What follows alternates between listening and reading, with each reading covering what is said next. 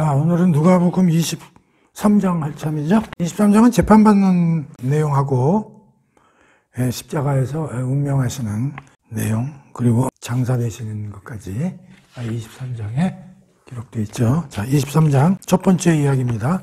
첫 번째 이야기는 빌라도의 신문 1절에서 7절까지. 22장에서는 산에 드린 공의에 신문 받으시는 얘기가 나와요. 이것은 히브리 재판이라고 보면 되잖아요. 23장에 이제 들어와가지고는 빌라도가 신문하고 재판하는 이야기가 나온단 말이에요. 요거는 로마 재판이 되겠어요. 그러니까 요 차이를 잘 이해를 해야 됩니다. 근데 여기 쭉 읽어보면요. 무리가 다 일어나 예수를 빌라도에게 끌고 갔다 그랬잖아요. 그러니까 산헤드린 공의에 있다가 이제 빌라도가 관장하는 쪽으로 끌고 갔다 이런 얘기예요. 그러니까 요 얘기는 히브리 재판에서 로마 재판으로 이제 이야기가 확 바뀌는 그런 장면이 되는 거예요. 현재 예수를 끌고 와가지고 빌라도에게 데리고 와가지고 이제 예수를 고발하는 거예요. 이 사람 좀 혼 좀 내달라. 그러니까 우리가 이 사람을 보면 우리 백성을 미혹하고 가이사에게 세금 바치는 것을 금하며 자칭 왕 그리스도라고 하다이다 하니, 여기까지 보면은 이게 뭐냐면 죄목이죠. 1. 백성을 미혹하는 데는 얘기가 나오죠. 그 다음에 두 번째로 세금 거부했다. 그 다음에 자칭 왕 그리스도다. 요걸로 죄목을 가져와서 빌라도 보고 재판해달라 이렇게 되는 거예요. 그 누가 보면은 그 자세히 안 나와 있는데, 산헤드린 공의 그 히브리 재판에서는요, 지금까지 쭉 공부를 해왔지만 유대인들이나 종교 지도자들이 왜 예수를 그렇게 죽이려고 열심히 대들었을까요? 물론 자기들의 명예나 기득권이 탈취될까봐 그랬거든요. 그러면서 이 사람들이 그동안에 예수님의 가르침, 예수님 뭐 기적을 행하고 이럴 때마다 계속 와서 딴지 걸고 올무에 넣으려고 그러고 시험하고 한 이유가 뭐냐면, 예수가 잠깐만 하나님의 아들이라고 그러니까, 아니 어떻게 네가 하나님의 아들이냐, 하나님이 어떻게 사람으로 태어나가지고 이렇게 돌아다니느냐, 이제 이런 거거든요. 그 다음에 율법, 특히 그 안식일 논쟁을 일으키시잖아요. 유대인들은 안식일 날은 그냥 움직이지 않고 있어야 되는데, 예수님은 꼭 안식일 날 병자를 고치든지 뭐 이런 일을 하신단 말이에요. 그러니까 이제 안식일 날 왜 그렇게 돌아다니고 말을 안 듣느냐, 이건 안식일이 어마어마한 하느님이 주신 율법인데 이걸 안 지키는 거야. 그러니까 이건 율법을 침범하는 거다. 그러니까 하느님의 계시를 침범하는 거 아니냐, 이제 이렇게 되는 거고.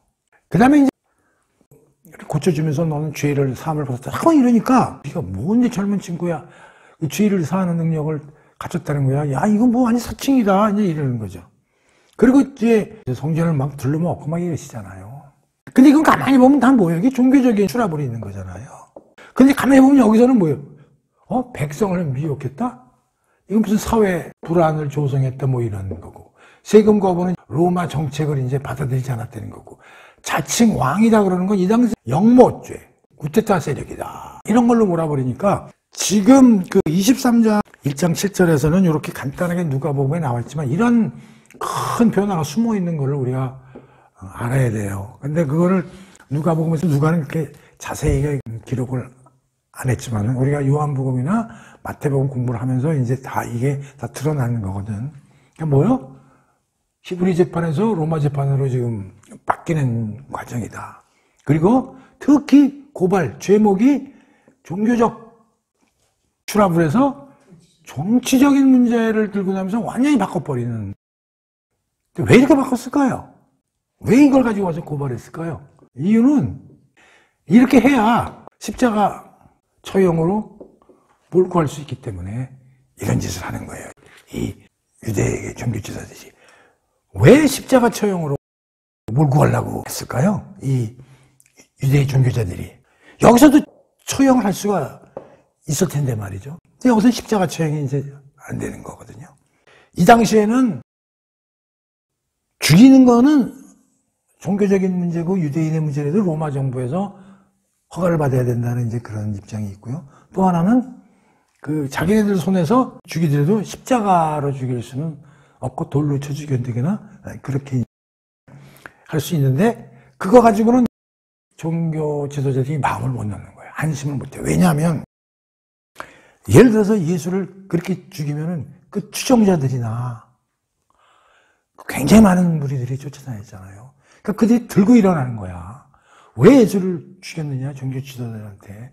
이 사람이 무슨 죄가 있냐, 막 이러고 들어서 오히려 사회가 더 요동을 치고 종교 지도자들이 더 압박을 받을 수 있는 그런 우려가 있는데, 십자가로 처형을 받게 되면 어떤 문제가 있냐면, 찾아보진 않겠어요. 신명기 율법에 보면 십자가에서 처형된 사람은 아주 극악하고 아주 파렴치 안 하고 아주 하나님한테로 저주받은 사람이 십자가에서 처형을 받는다고 그런 계시가 있거든. 그러니까 십자가에서 예수가 죽어야 우리들이 생각할 때 아우 저 사람 정말 형편없는 사람이구나. 뭐 재판 결과를 보면 십자가에서 죽을 만하게 잘못을 했구만. 이렇게 됨으로써 사회가 다시 진동과 요동을 안 하기 때문에 십자가 처형으로 몰고 가기 위한 그러한 음모가 있었던 거예요. 그래서 빌라도로 끌고 가면서 죄목이 바뀌었다. 이걸로 여러분들이 우리가 공부를 해놔야 된다. 그런 얘기예요. 오케이?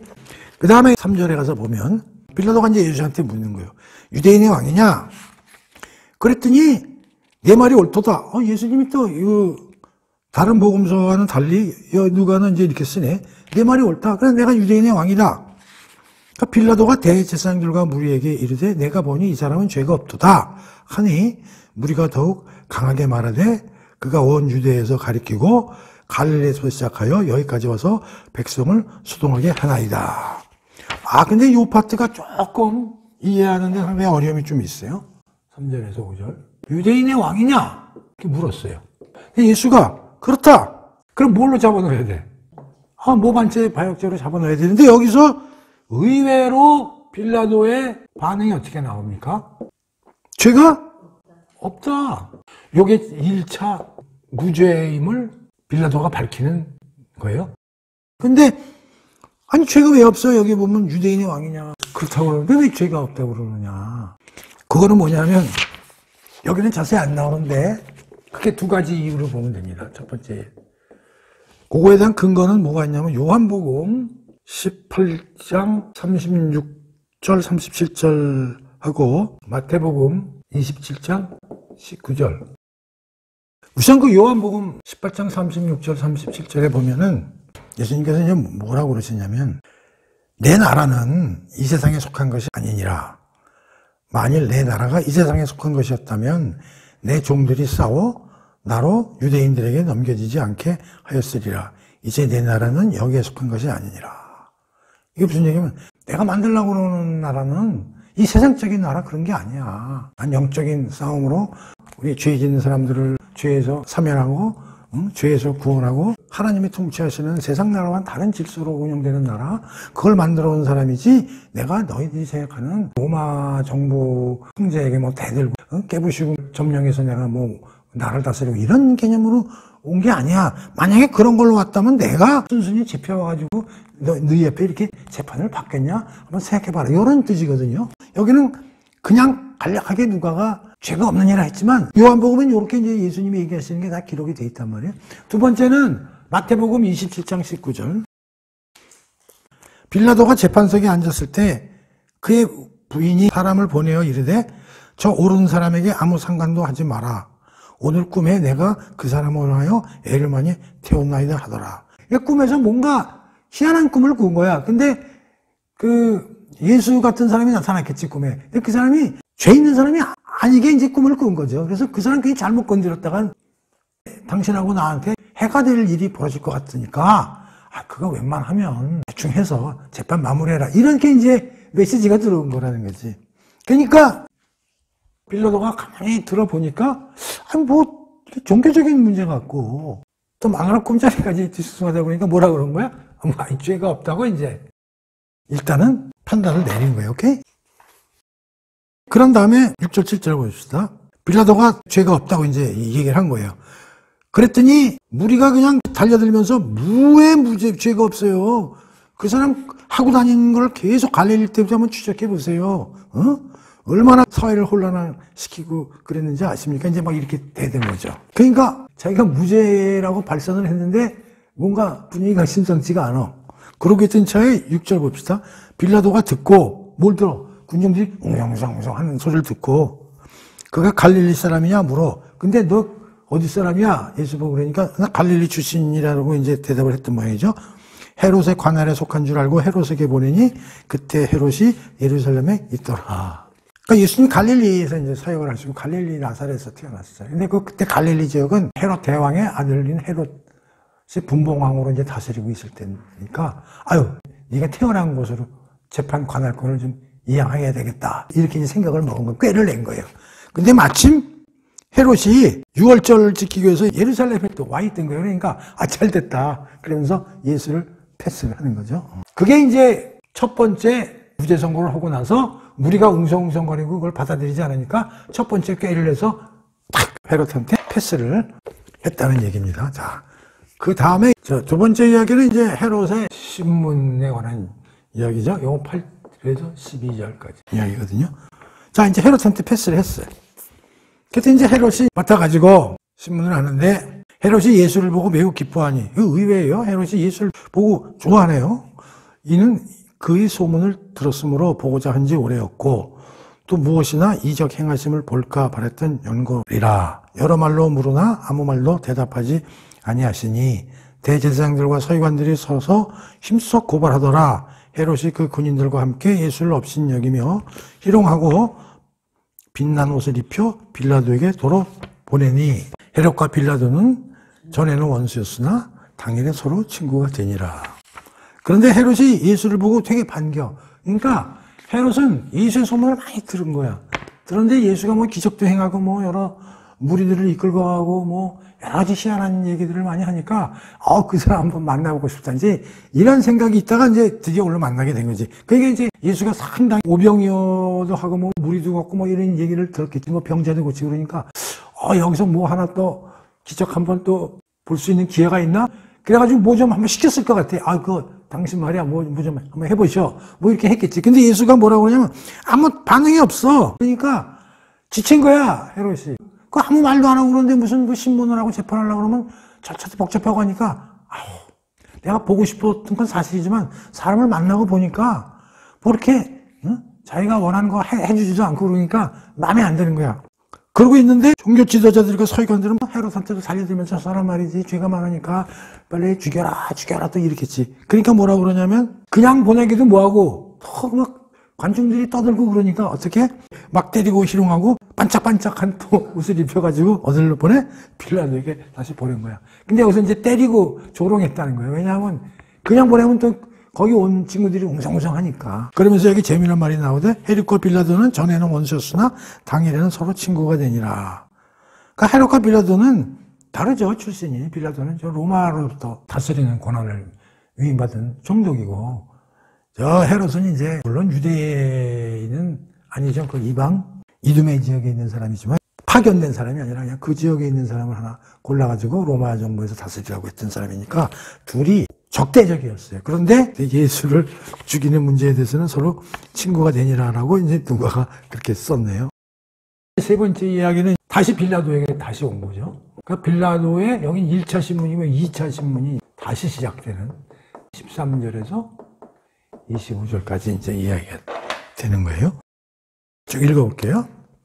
빌라도가 이제 대제사장들과 관리들과 백성들을 다시 불러 모으고 너희가 이 사람이 백성을 미혹하는 자라 하여 내게 끌고 왔도다. 보라, 내가 너희 앞에서 신문을 해봤는데 너희가 고발하는 일에 대하여 이 사람에게 죄를 찾지 못하였고, 자, 여기서 2차 무죄를 밝힙니다. 앞에서도 1차 무죄라고 그랬잖아요. 여기서 또다시 죄가 없는 것 같아. 내가 여러 번 취재를 해보니까 이런 얘기죠. 그리고 헤롯도 죄를 크게 발견 못한 것 같아. 그래가지고 다시 보냈거든. 그 사람을 사형에 처할 만한 걸 못 잡아내겠다 그런 얘기죠. 그러므로 뭐요? 때려서 놓겠노라. 그러면서 항상 때려. 그랬더니 우리가 일제히 소리질러 이르되 이 사람을 없이하고 바라바를 우리에게 놓아주소서 하니 이 바라바는 성중에서 일어나는 밀랑과 살인으로 말미암아 옥에 갇힌 자더라. 자, 18, 19절이 재미나는데 쥐야! 그 얘기를 하면서 뭘 하냐면 바라바를 놓아달라. 이런 얘기를 하는 거예요. 이 바라바는 옥에 갇힌 사람이에요. 그리고 사형수예요. 죄목이 밀랑과 살인죄예요. 아니 밀란하고 살인죄는 어마어마한 주인 아니에요. 근데 바라바를 놓아달라고 그러는 것도 좀 이상하잖아요. 그래서 이제 쭉 알아보니까 바라바는 어떻게 보면 독립 영웅이 되는 사람이에요. 로마 입장에서 보면 역적이에요. 흉악범이라고. 밀란, 살인, 구테타 세력으로 보는 거예요. 바라바가 누구냐면 이게 열심당원 출신이에요. 열심당원은 우리가 일제시대 때 독립운동한 투사같이 이제 로마의 지배를 받고 있으니까 유대인들이 뭔가 독립을 하기 위해서 적극적으로 일했던 그런 영웅적 투사란 말이에요, 바라바가. 그러니까 유대인 입장에서는 바라바를 내달라고 그럴만 하죠. 그런데 유월절 특사제도를 우리가 이해를 해야 된다는 거죠. 아마 우리도 이제 광복절이나 이럴 때 대통령이 이제 사면권을 발현해가지고 일부 범죄자들을 풀어주는 그런 제도가 있거든요. 그러니까 아마 이것도 유월절이 굉장히 큰 명절이니까 아마 유월절 날은 그 유대인들이 원하면 그 한 사람을 이렇게 석방해주는 그런 이제 특사제도가 있는 거예요. 또 이게 두 번째 꾀란 말이에요. 빌라도 입장에서도 이건 무죄인데 이런 생각을 하면 설령 예수에게 사형 언도를 내리더라도 우리들이 유월절 특사로 석방을 요구할 수 있거든요. 그러니까 그걸 이제 노린 거야. 응?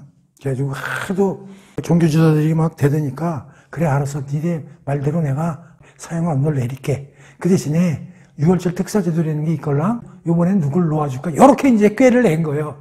근데 의외로 누구를 석방해달라고 그러냐면 바라바를 석방해달라고 그러니까 두 번째 꾀도 사실은 성공을 못하죠. 그러나 이 빌라도의 이게 두 번째 꾀를 냈다는 사실을 우리가 알아야 돼요.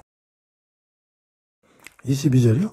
빌라도가 이제 세 번째 말하되 이 사람이 무슨 악한 일을 하였느냐. 자, 여기서 또 얘기해요. 세 번째 무죄 심정을 굳히는 거죠. 이 사람이 무슨 악한 일을 하였느냐. 나는 그에게 아무리 봐도 죽을 죄를 찾지 못하였나니 때려서 놓으리라 하니 그들이 큰 소리로 재촉하여 십자가에 못 박기를 구하니 그래서 그들의 소리가 이긴지라.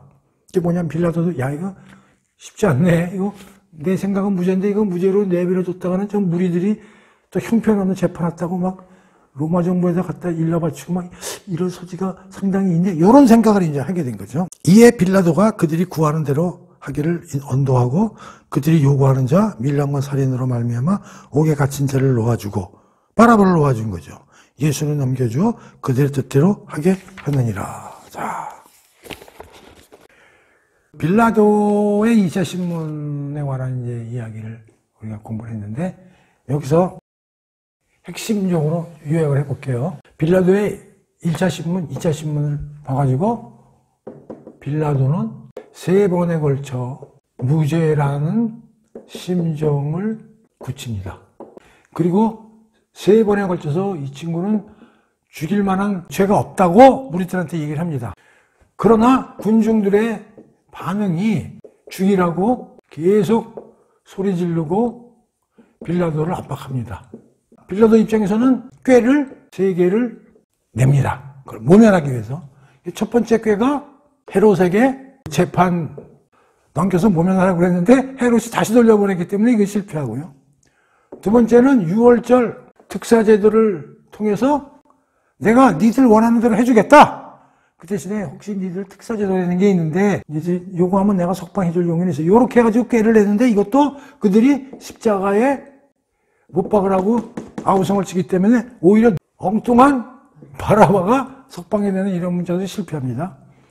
세 번째는 여기는 간단하게 때려 이렇게 나왔죠. 매우 심한 모욕과 매질을 통해서 왜 매질을 하냐면 아니 심증이 무죄인데 왜 매질을 하냐면 군중들의 연민의 정을 이끌어내가지고 이제 그 정도 하면 됐다라고 해서 죽이기까지 몰고 가지 않도록 하기 위한 이렇게 꾀를 내는데 이것도 군중들이 용납을 안 하죠.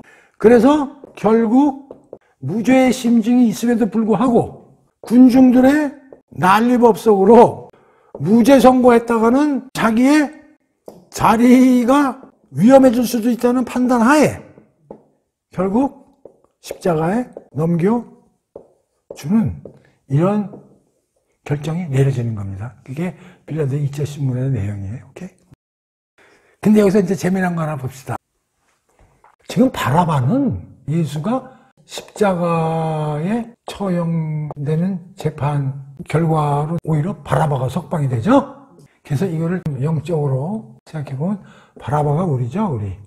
예수가 십자가에서 죽는 언도를 받음으로써 누가 살아나서 나오는 거야? 바라바. 그러니까 우리가 누구예요? 바라바다. 우리가 사형수다. 우리는 태어날 때부터 죄로 영적으로 죽은 목숨이다. 사형수나 마찬가지다. 라는 개념을 여기에다가 대입할 수가 있다 하는 얘기예요. 그래서 우리가 바라바다. 자, 그래도 빌라도의 2차 신문까지 살펴봤어요. 자, 이제 뭐 죽는 것밖에 안 남았네요, 예수님이. 이제 재판 다 끝났어요. 결국 그 엄청난 로마 재판과 히브리 재판, 삼심제까지 다 거치고, 물론 저녁하고 새벽에 걸쳐서 모든 게 다 그냥 일사천리로 그냥 일어나버린 엉터리 재판이지만, 어쨌든 유대인의 형사소송법이죠. 우리 지금으로 말하면. 그것도 최고로 하나님이 만든 율법에 따라서 이루어지는 법이기 때문에 그야말로 최고의 시스템이고, 또 로마야말로 그 당시 모든 세상에서 최고의 법률 체계를 가지고 있는 게 로마인데, 결국 예수님은 십자가에 죽는 사형 언도를 받는 어처구니 없는 이제 이야기가 벌어지는 거고, 아마 역사 이래로 최고의 아마 재판, 또 제일 엉터리 재판이 아마 예수의 재판이 아니었나. 그래서 우리가 그런 사실도 좀 차제에 좀 알아뒀으면 좋겠어요. 예수야말로 세계적인 재판을 받으신 분 중에 하나다. 하늘 재판과 땅의 재판을 다 받으신 분이 예수님이다, 이제. 그거를 이제 우리가 하나 알게 되고요. 또 하나는 다른 복음서 할 때도 공부를 했지만, 예수님이 죽지 않습니까? 예수님이 사형이죠. 예수님이 죽는데, 야, 이게 가만히 보면요. 예수님이 죽는 사건은 다니엘 사건이란 말이에요. 근데 봅시다. 1. 종교지도자는 왜 죽이려고 그러느냐. 종교지도자는 자기들의 기득권이죠. 국민들로부터의 명예, 이게 손상될까봐 그걸 지키기 위해서 예수를 죽일 수밖에 없었다. 무리들은 그냥 재미야, 재미. 우우우 불장난하고 사람 죽이면 이런 게 재미있으니까. 군중 심리로. 세 번째, 빌라도는 왜 결국은 죽일 수밖에 없어요? 자기의 이것도 자리 유지죠. 자기의 정치적 지위를 유지하기 위함이죠. 자, 네 번째. 여기서 중요한 사탄을 보자고. 사탄은 예수가 죽어야 돼. 그래야 어떻게 자기가 승리하는 거죠. 다섯 번째. 하나님 입장에서는. 하나님 입장에서 예수가 죽어야 돼, 살아야 돼. 예수가 죽어야 돼요. 그래야 모든 하나님이 만드신 백성들을 구원하실 수가 있기 때문에. 다 뭐요? 목적은 하나요. 죽여야 되는. 근데 뒤에 배경에 죽여야 되는 동기는 같아요? 달라요? 전부 다르죠? 전부 다르다고. 왜 이 얘기를 하느냐? 근데 여기서 누구 뜻이 제일 중요한 거예요? 이거 하나님의 뜻이죠. 그러니까 우리가 세상을 살면서 어떤 사건들이 막 일어날 때 잘 생각을 해보라는 거예요. 항상 뭘 생각해야 되냐? 아무리 작은 사건이더라도 우리 크리스찬은 하나님의 뜻이 있을까? 한번 생각해보라는 거예요. 왜냐면 하나님은 절대 주권자라 모든 일을 관장하시니까, 야, 혹시 이거 하나님은 혹시 이 사건을 갖다 어떻게 바라보시고 무슨 속뜻이 있을까? 우리는 알 수는 없어요. 하나님은 절대 그걸 우리한테 알려주시지 않았어요. 그러니까 하나님은 우리가 알아야 될 거는 성경을 통해서 다 알려주셨기 때문에 그 이외의 거는 안 알려준다고. 그러나 하나님이 모든 걸 관리하시는 분이니까 어떤 의미를 갖고 있다고. 그러니까 항상 이거를 우리가 찾아보려고 노력을 해야 된다고. 예를 들어서 코로나가 터졌다. 우리 크리스찬, 하나님이 혹시 무슨 의미가 있으신가? 왜 이렇게 힘든 전염병을 보내가지고 세상을 이렇게 어렵게 운영을 하시나? 답은 없어요. 하나님한테 물어봐도 아마 하나님이 답을 내려주시지는 않을 거예요. 그러나 무슨 의미가 있지 않을까? 그런 생각을 한번 해봐야 된다고. 이스라엘하고 하마스하고 전쟁이 터졌다. 그것도 물어봐야 돼. 하나님이 혹시 또 여기 또 개입하신 거 아닌가? 항상 우리는 그러니까 모든 사건을 하나님하고 엮어서 하나님은 어떤 생각을 하고 계실까? 그런 거에 대해서 우리가 한번 생각을 해보자 이거야. 답이 안 나오더라도 이렇게 이런 습관을 가져야 된다고.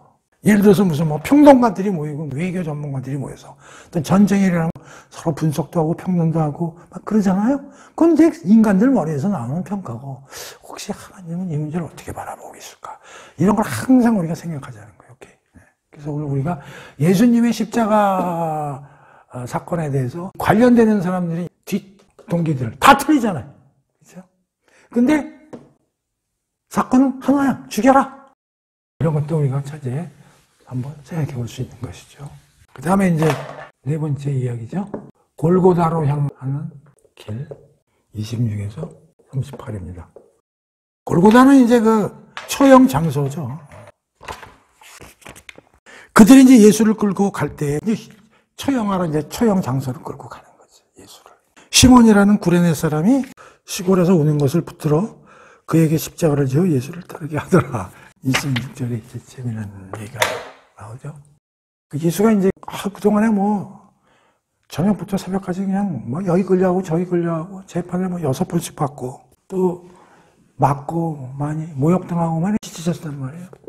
근데 이제 그 당시에는 이제 십자가 처형은 아마 처형 받는 사람이 그 십자가를 지고 가는 관습이 있는 모양인데, 그러니까 예수님이 이제 그걸 지고 가셔야 되는데 예수님이 힘들어 하셨던 모양이야. 그러니까 그 집행하는 놈들이 보고 있다가 대신 시몬이라는 구레네 사람, 이렇게 보니까 뭐 힘 좀 쓸만한 사람이 있으니까 잡은 거야. 네가 대신 미국 가라 이렇게 된 거죠. 근데 그 사람 이름이 뭐예요? 시몬 구레네 사람이라는 거죠. 근데 여기서 이제 영화 같은 걸 보면 우리가 예수님이 되게 이걸 이렇게 어깨에다 이고 가시는 장면이 많이 나오잖아요. 그런데 사실 어디 자료를 보니까 이 십자가가 세로는 이미 박혀 있대, 그 처형 장소에. 그럼 뭘 가지고 가야 되냐면 가로나무 있잖아요. 이거를 가지고 간다는 거야. 이 십자가를 통째로 지고 가는 게 아니라고 그러더라고요. 저도 이제 이번에 처음 알았는데, 그러니까 그렇다고 그러니까. 근데 영화를 보면 항상 그 십자가를 그냥 너무 무겁게 이렇게 힘들게 가지고 가셔가지고.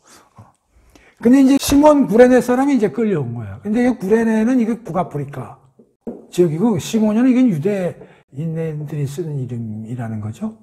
근데 진짜 안 맞잖아, 여기. 그러니까 아마 디아스포라가 뭐냐면 이스라엘이 이제 나라가 다 망하고 이럴 때 다른 나라로 가서 이렇게 다 이렇게 퍼져서 살던 사람인데, 그러니까 이제 시몬도 북아프리카 지역에서 이제 살다가 6월절이 되니까 이제 올라온 거예요. 그러다가 이제 생각지 못하게 이제 잡혀가지고 예수님 처형하는 가로목을 대신 지고 가는 이러한 일에 걸려든 거지. 재수가 없는 거죠, 이 친구도. 그런데 이제 여기서 재미난 얘기가 하나 있는데, 이 시몬에 관한 이야기인데요. 로마서요.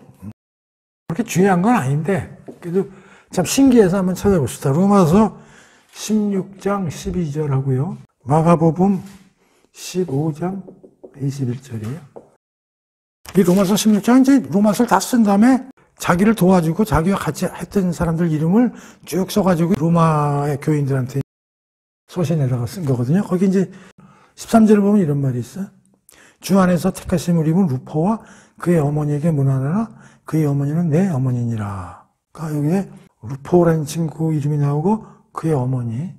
그러니까 바울이 로마서를 쓰면서 이제 이런 사람들 이름을 쓸 때는 뭐냐면 이런 사람들이 나와 함께 열심히 전도도 하고 그렇게 나를 도와주는 사람들이니까 로마 사람들 이 사람들 좀 기억해라. 이제 그렇게 이제 보낸 거라면 너희 형제들이나 이렇게. 고마운 사람들이라는 뜻이죠. 루포와 그의 어머니. 그래서 그의 어머니 보고 뭐라고 그러냐면 내 어머니라고 이제까지. 대단한 거죠. 자, 마가복음 15장 21절. 십자가에 못 박히시다라는 파트 안에 있는 얘기인데, 루포의 아버지인 구레네 사람 시몬이 여기 나왔어요. 그러니까 시몬이 누구예요? 시몬이 루포의 아버지야. 그러니까 이 시몬 집안의 아들, 본인, 그의 와이프가 전부 지금 복음서에 이름이 다 등장하는 대단한 영광을 이제 안게 된 거지. 그러니까 이걸 보면은 뭐냐면 이 시몬이 이 일을 한 다음에 그 부인과 그 아들까지도 신실한 크리스천이 돼가지고 바울과 같은 동역자가 돼서 선교를 하고 복음을 전도하는데 적극적으로 임했고, 또 루포의 어머니를 바울이 나의 어머니라고 칭할 정도로 됐다는 거예요. 그러니까 재밌죠. 중요한 얘기는 아니지만 특별한 이런 성경에 쓰였기 때문에 참고로 말씀드리는 겁니다. 그래서 이제 구레네 사람 시몬이 십자가를 이제 들고서 예수를 따라서 이제 형장까지 갔다. 이제 그런 얘기죠. 또 백성과 그를 위하여 가슴을 치며 슬피 우는 여자의 큰 무리가 따라온지라. 예수께서 돌이켜 그들을 향해 이르시되 예루살렘의 딸들아 나를 위해 울지 말고 너희와 너희 자녀를 위해 울라. 보라 날이 이르면 사람이 말하기를 잉태하지 못하는 이와 해산하지 못한 배와 먹이지 못한 젖이 복이 있다 하리라. 그때 사람이 산들을 대하여 우리 위에 무너지나 하며 작은 산들에 대하여 우리를 덮으라 하리라. 푸른 나무에도 이같이 하거든 마른 나무에는 어떻게 되리요 하시니라. 막 슬피 우는 여자 무리가 따라오니까 예수님이 그들을 보면서 예루살렘의 딸들아 나를 위해 울지 말고 너희와 너희 자녀를 위하여 울라. 이 얘기는 뭐냐면 곧 예수님은 AD 70년에 대환란이 오실 걸 이미 보고 계시잖아요. 그리고 이미 예언도 했잖아. 앞에서 성전 파괴 이런 거 다. 그러니까 지금 나를 슬프다고 나는 어차피 죽지만 또 부활돼. 하나님이 날 살려주실 거야. 나 때문에 울지 말고 너희 자녀와 너희 가족 친지들이 내가 하나님의 아들임을 믿지 않고 내가 얘기한 걸 받아들이지 않으면 대환란 때 니들 다 죽는다. 그러면서 무슨 얘기를 하냐면 잉태하지 못하는 이와 해산하지 못한 배와 먹이지 못한 젖. 그러니까 다시 말하면 차라리 태어나지 않는 게 낫고 엄마 뱃속에 있는 게 낫다. 왜냐하면 괜히 태어나가지고 어마어마한 이런 핍박과 환란이 올 때 그걸 무슨 수로 이겨내려고 그러느냐 이렇게 이제 얘기를 하시는 거예요. 그러면서 그 뒤에 뭐라고 그러냐면 차라리 산이 무너져서 내가 산사태로 인해서 죽는 게 차라리 편하게 죽는 거지. 그렇지 않으면은 이 환란은 도저히 너희들이 상상할 수 없는 어마어마한 환란이기 때문에 그걸 대비해서 그런 환란을 입지 않도록 해야 된다. 그런 얘기죠. 우리가 앞에서 뭐라고 공부했어요? 예수님이 AD 70년에 있을 환란을 얘기를 하셨고 거기에 대비책을 알려주셨어요? 안 알려주셨어요? 알려주셨죠. 어떻게 하라고 했어요?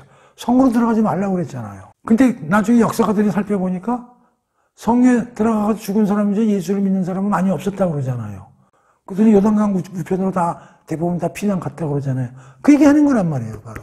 그때 몇만 명이 죽었다고 그랬죠? 거의 100만 명이 죽었고 9만여 명이 끌려가고 어마어마한 핍박과 학살이 일어났다거든요. 그걸 예수님이 이미 앞에서 예언도 하셨고 그게 보이시는 거예요. 그러니까 그거 대비해라. 그런 차원에서 예수님이 경고성 발언을 해주시면서 앞으로 올 심판이 얼마나 두렵고 굉장할 것만 얘기를 해주시는 거죠. 그리고 이거는 또 더 나아가서 종말에 거듭나지 못하고 예수님을 믿지 못하는 사람들이 일어날 얘기일 수도 있다. 이제 그런 얘기예요. 그 다음에 이제 여기서 해석하기 어려운 게 푸른 나무하고 마른 나무가 나오죠.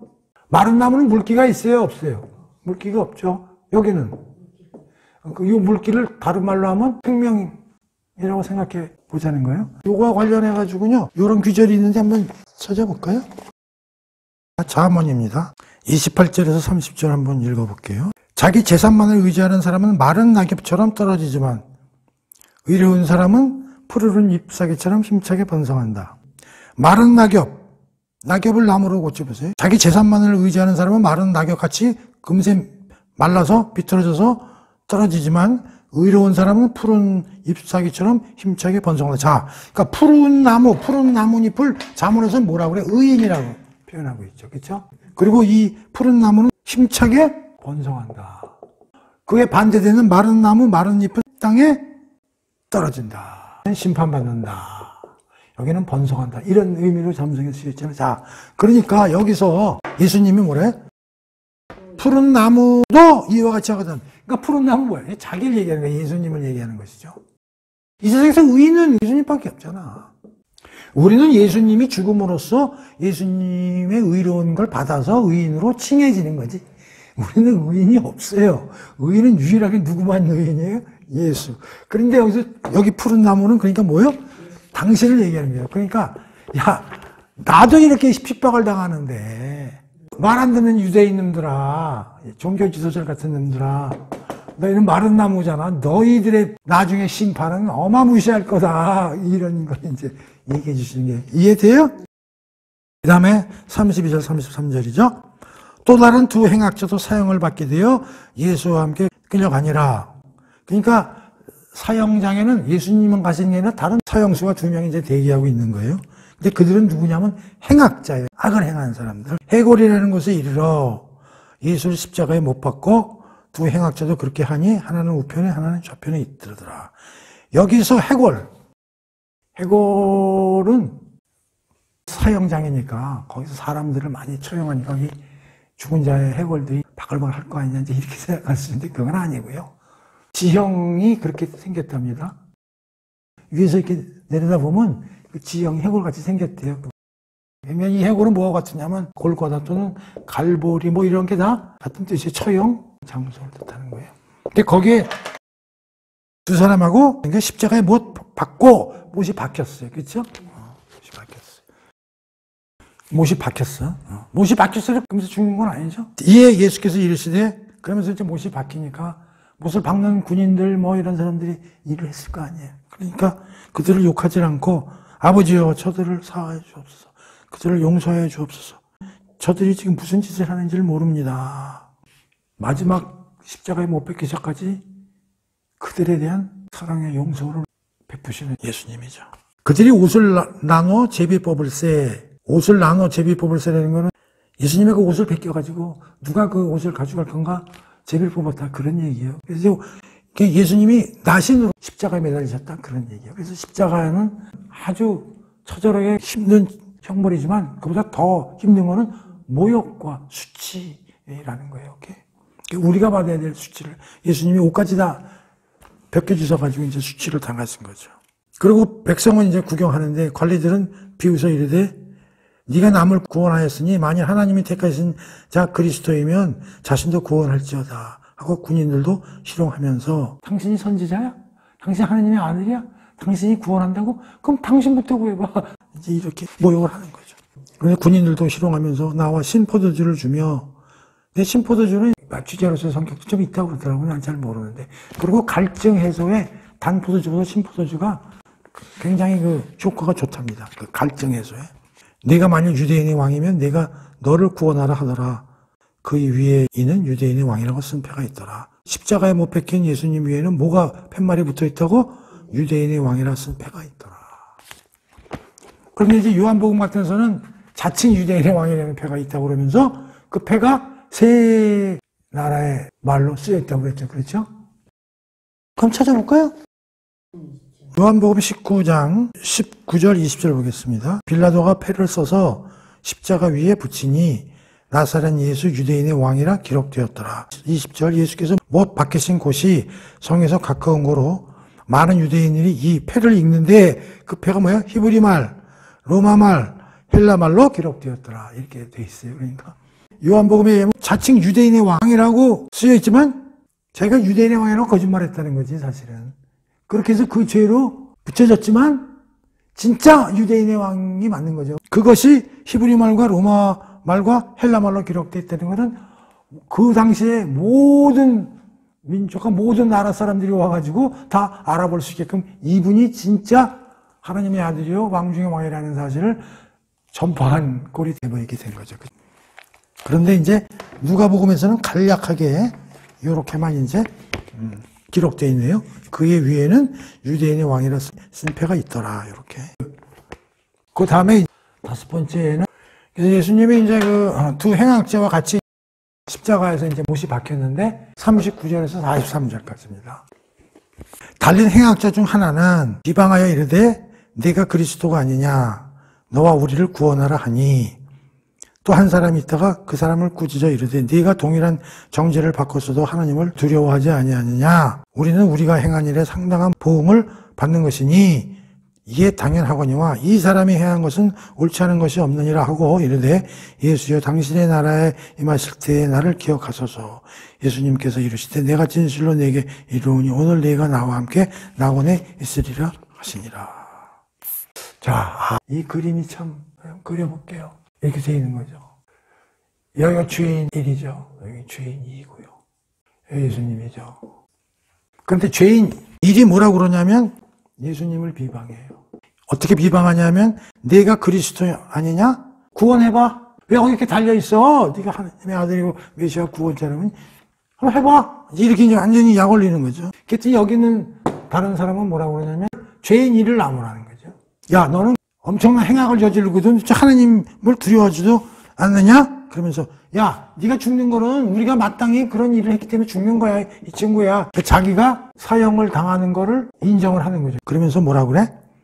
이 사람이 행한 것은 옳지 않은 것이야. 그러면서 그래서 예수님을 의로운 사람이라고, 죄가 없는 사람이라고 고백을 하는 거예요. 그러면서 뭐라고 그러냐면 예수님께 뭘 부탁해요? 구원을 부탁하죠. 그래서 예수님, 당신의 나라가 임했을 때 나를 기억하소서. 예수님이 약속을 하시죠. 네가 죽어서 나와 낙원에 함께 있으리. 야, 이런 얘기를. 야, 이 그림이요. 이 기가 막힌 그림이거든요. 이게 사실 기독교를 한눈에 보여주는 그림인 거예요. 우리는 어디에 속아요? 우리가 죄인 1이에요. 죄인 1. 이 사람이 우리라고요. 우리는 태어날 때 이렇게 태어나는 거예요. 죽어서 낙원에 예수님과 같이 있게 되는 거예요. 잘 보세요. 예수님은 의인이죠. 이 사람은 죄인이죠. 여기 죄인이죠. 자기가 죄인임을 고백하고 자기가 죽어야 됨을 인정하고 예수님한테 그러니 예수님 도와주세요. 날 구원해 주세요. 그렇게 했을 때 이 죄가 어디로 가? 예수. 이 의가 누구한테 와? 죄인. 죄인한테 옵니다. 이걸 내가 신적 대교환이라고 그랬잖아요. 죄인의 죄가 예수님한테 가고 예수님의 의로운 게 우리한테 와버린다 이런 얘기예요. 그럼으로써 어떻게 살아나는 거죠, 낙원에서. 이 사람은 어떻게 됐어요? 예수님 십자가를 통과하지 못하잖아요. 자, 그러면 우리는 과거에 이 죄인 1이란 말이에요. 그럼 여기서 우리가 죄인 2로 가려고 그러면 예수님의 십자가를 통과해야 1로 간다 이런 얘기죠.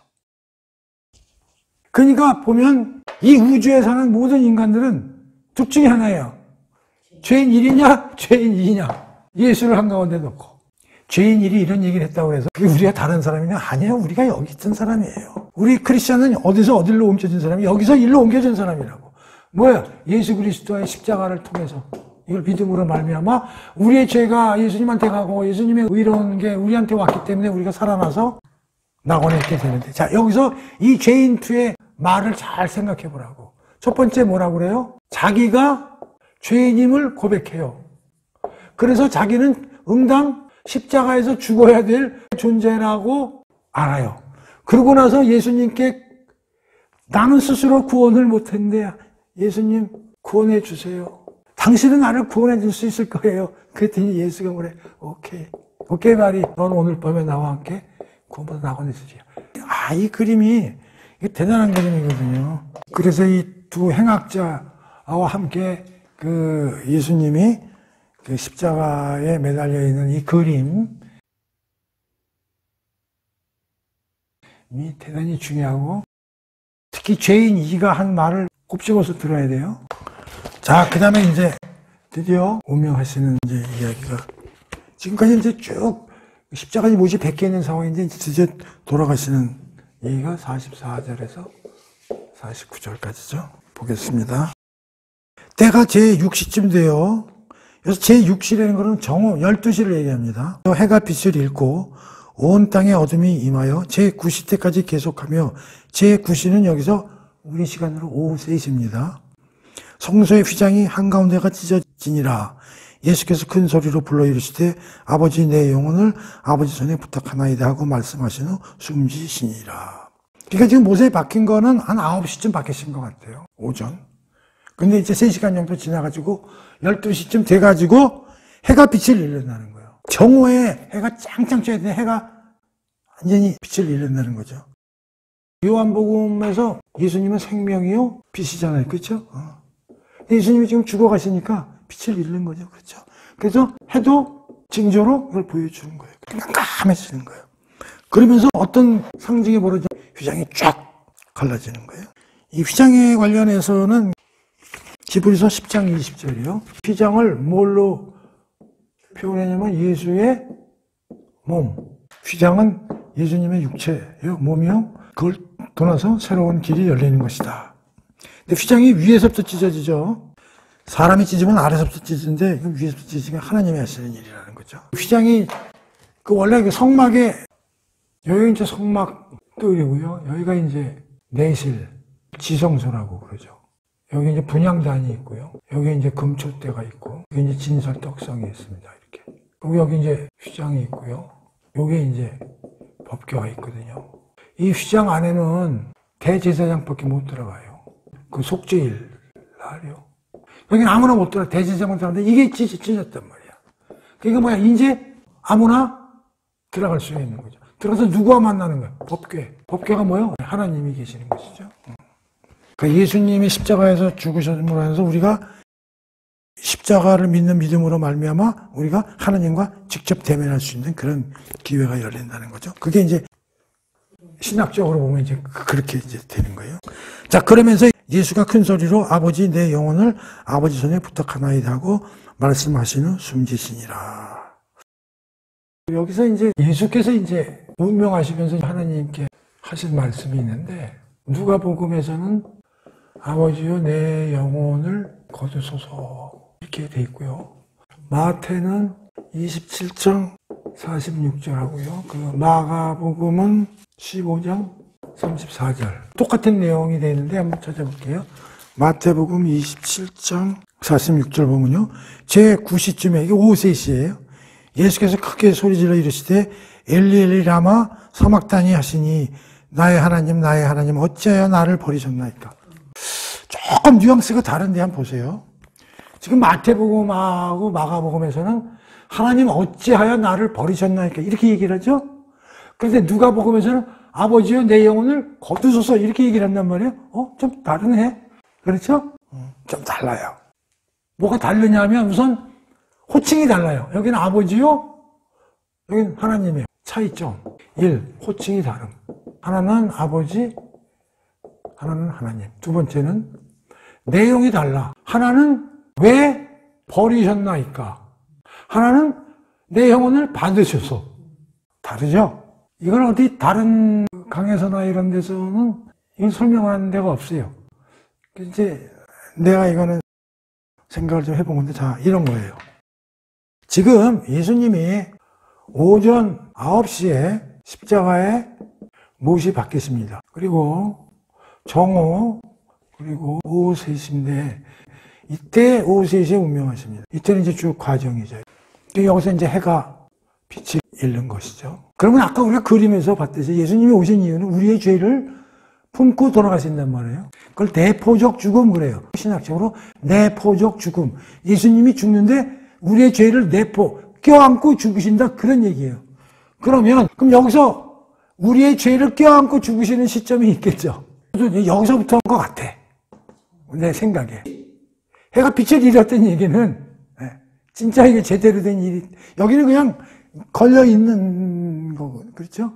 그러면서 죄인이하고 대화도 하시고 이제 이렇게 되면서 진짜 이제 그 죄를 안고 죽어 가시는 기간, 죄를 안고 뭐 10분을 가셨는지 나는 그걸 모르겠어. 이 순간에 어떻게 돼요? 하나님과 단절되죠. 우리의 죄를 내포하는 순간에 하나님은 죄하고는 전혀 본질이 안 맞기 때문에 하나님이 이렇게 의자를 뒤로 돌리신다고. 그러니까 마가복음과 마태복음에서 그 순간에 하나님 어찌하여 나를 버리셨나이까 라고 외친 거예요. 그때는 호칭이 뭐냐면 하나님이요. 이건 공식적인 개념이죠. 어떻게 보면 오피셜한 거예요. 그래가지고 쭉 가면서 이게 어느 정도 이제 마무리가 되어가는 끝물이에요. 그러고 있다가 이제 죄를 다 내포적인 죽음으로 안고 이제 거의 운명하시기 직전에 예수님이 내가 이제 이 세상에 와가지고 하나님 말씀대로 모든 걸 다 완성했습니다. 그러면서 하나님을 이름을 호칭을 뭘로 바꿔요? 아버지로 바꾸면서 이제 아버지 내가 모든 일을 다 마쳤습니다. 아버지와의 단절도 다 겪었고 이제 내 영혼을 아버지 거두어 주소서 이렇게 했기 때문에 아버지로 바뀌고 모든 임무를 완성했다는 안도감.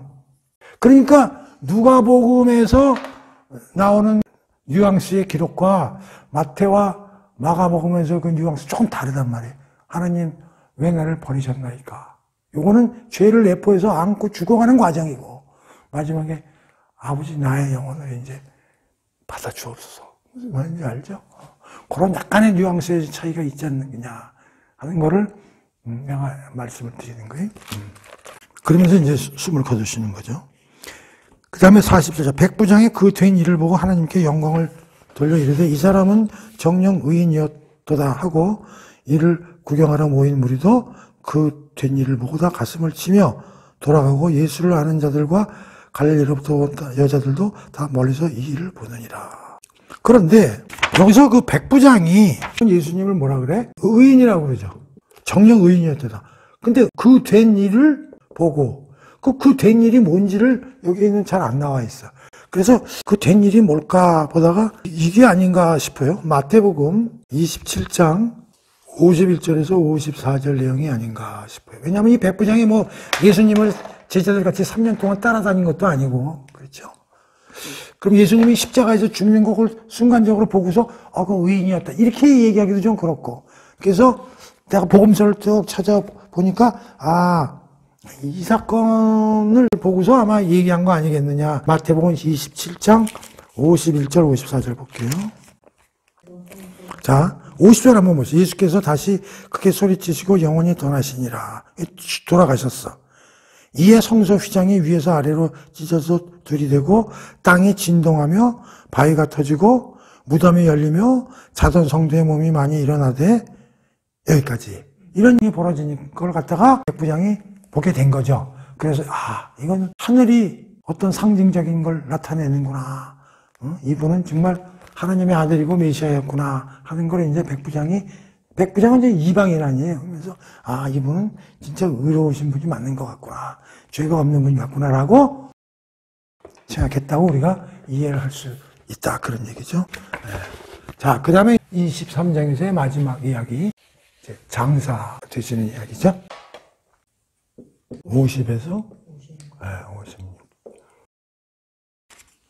공회의원으로요. 공회령은 사내들인 공회입니다.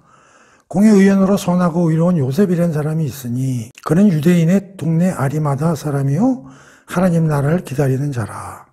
그가 빌라도에게 가서 예수의 시체를 달라 하여 이를 내려 세마포로 싸고 아직 사람을 장사하는 일이 없는 바위에 판 무덤에 넣어두니 이날은 준비일이요. 준비일이라는 것은 안식일 전날이라는 얘기죠.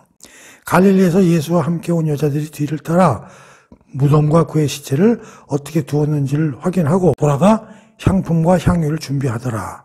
계명을 따라 안식일은 쉬더라. 이거에 대해서 뭐 크게 공부할 게 없는 것 같아요. 자, 그래서 오늘 23장 예수님의 그 신문, 재판, 그다음에 십자가에 달리심, 그러면서 이제 죽으심과 장사되심까지 공부해 봤습니다. 다음 24장은 마지막이죠. 그리고 이제 부활 얘기가 나올 거예요. 그래서 오늘 공부는 여기서 끝내도록 하겠습니다.